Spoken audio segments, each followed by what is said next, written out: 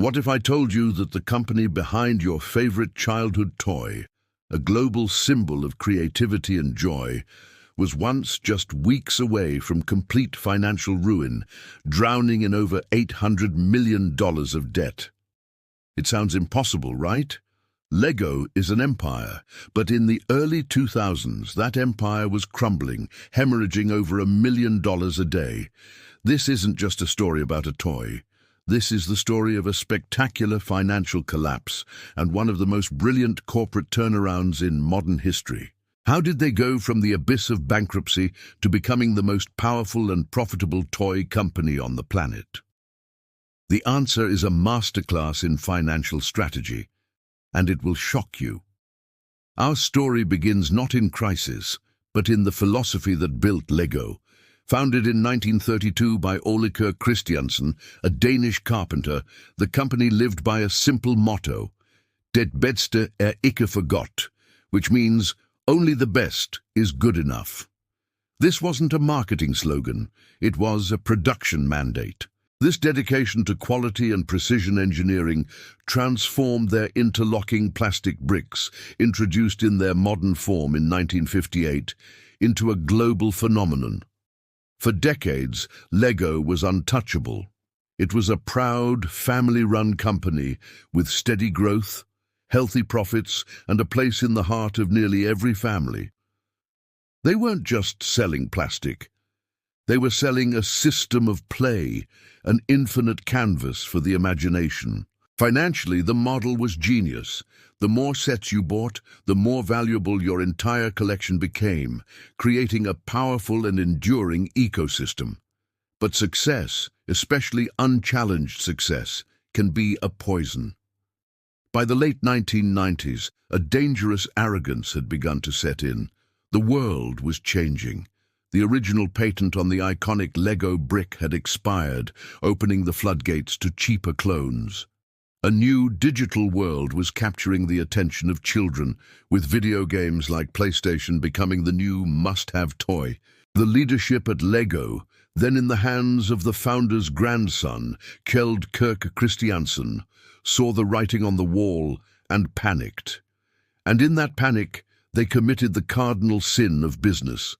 They lost their focus.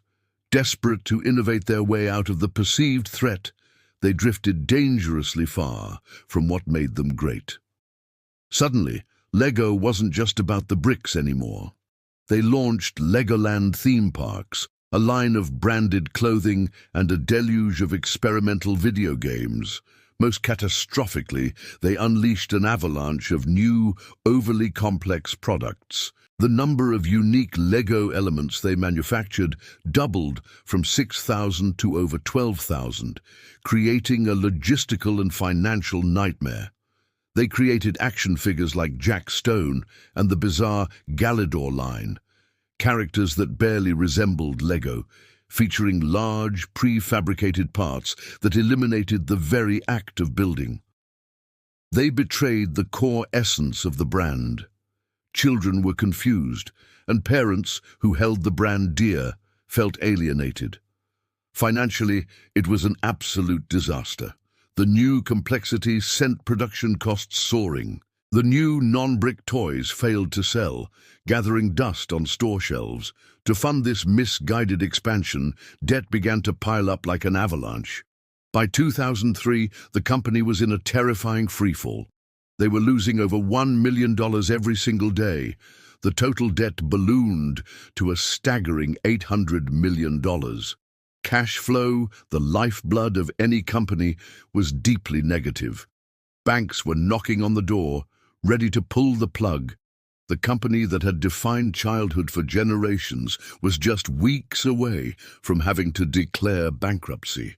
The family was being forced to consider the unthinkable, selling Lego. It was in this moment of total darkness that they made the single most important decision in their history. For the first time, they hired an outsider to run the company. Enter Jürgen Vig Knudstorp, a 35-year-old former consultant from McKinsey. He was not a toy maker. He was a data-driven strategist, and he was about to perform radical surgery on a beloved institution. The first thing Knudstorp did was confront the brutal, unvarnished truth. He dug into the numbers and realized the company was, in his own words, completely and utterly broken. His initial strategy wasn't a fancy growth plan. It was a raw survival plan, and it all boiled down to a single, powerful idea. Go back to the brick. He began to cut, and he cut ruthlessly. The sprawling catalogue of 12,000 unique Lego pieces was slashed in half. They were losing $1 million a day. The family was considering selling everything. At this exact moment, with the legacy of generations on the line, what would you have done? Would you sell the company or fight for a turnaround? Let me know your strategy in the comments below. Knudstorp and his new team discovered something the old guard had actively ignored: the massive, passionate community of AFOLs, or adult fans of Lego. These were thousands of dedicated adults who built breathtakingly complex creations, ran fan websites, and talked about Lego with an academic's passion.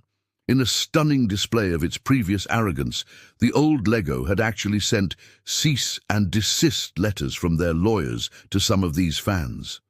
The new Lego, under Knudstorp, embraced them. He flew out to meet with them, he listened to their ideas, and he transformed them from a perceived threat into his most valuable research and development asset. This shift led directly to groundbreaking initiatives like Lego Ideas, where fans themselves could submit designs that, if popular enough, would become official sets sold worldwide. And then came the masterstroke that cemented the turnaround. Instead of seeing digital entertainment as the enemy, they made it their greatest ally, but on their own terms. They leaned into powerful intellectual properties like Star Wars and Harry Potter, creating sets that were irresistible to multiple generations. And in 2014, they released the Lego Movie. This was not just a film, it was a cultural event. It was a celebration of creativity, a love letter to the very idea of building. It became a global blockbuster, grossing nearly $500 million. But its true financial genius was that it was a 100-minute advertisement that people paid to see, and it drove sales of the physical brick sets to stratospheric new heights. The result of Knudstorp's surgery was nothing short of miraculous. From losing over $300 million in 2004, Lego roared back to profitability within 2 years. By 2015, a decade after nearly collapsing, revenue had quadrupled. They surpassed Mattel to become the world's largest toy company by revenue and, more importantly, by far the most profitable. The company that was one step from the grave became a shining beacon of financial strategy and brand focus. Lego's journey from the abyss to domination leaves us with incredibly powerful financial lessons. First, the unbeatable power of focus. Lego almost died because it forgot who it was. By trying to be everything to everyone, it became nothing of value. The recovery only began when they returned to their core product, the brick. In your business, your career, or your investments, you must know your circle of competence and dominate it. True wealth isn't built by chasing every shiny object. It's built by being the best at one thing. Second, your community is your greatest financial asset. Lego stopped viewing its most passionate fans as a legal threat and started treating them as partners.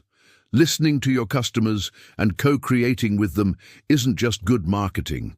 It's a brilliant financial strategy. It de-risks product development, ensures market relevance, and builds a moat of loyalty that competitors cannot breach. Third, innovation must serve the core. The Lego Movie and the Star Wars sets were not random distractions. They were brilliant innovations designed to channel all the excitement and energy back into the core mission, selling more bricks. Successful, sustainable innovation doesn't replace your core product. It enhances it. It makes the heart of your business beat stronger. Every week, we decode the financial blueprint of another giant. If you're serious about understanding how wealth is built, make sure you hit that subscribe button and ring the bell so you never miss a deep dive. Now I want to hear from you. What's the single biggest lesson you took from Lego's incredible comeback journey? Share your thoughts in the comments. I read every single one. And finally, if this story provided you with any value, the best way to support us is by hitting the like button and sharing this video with one friend who needs to see it. Thank you for watching, and we'll see you in the next one.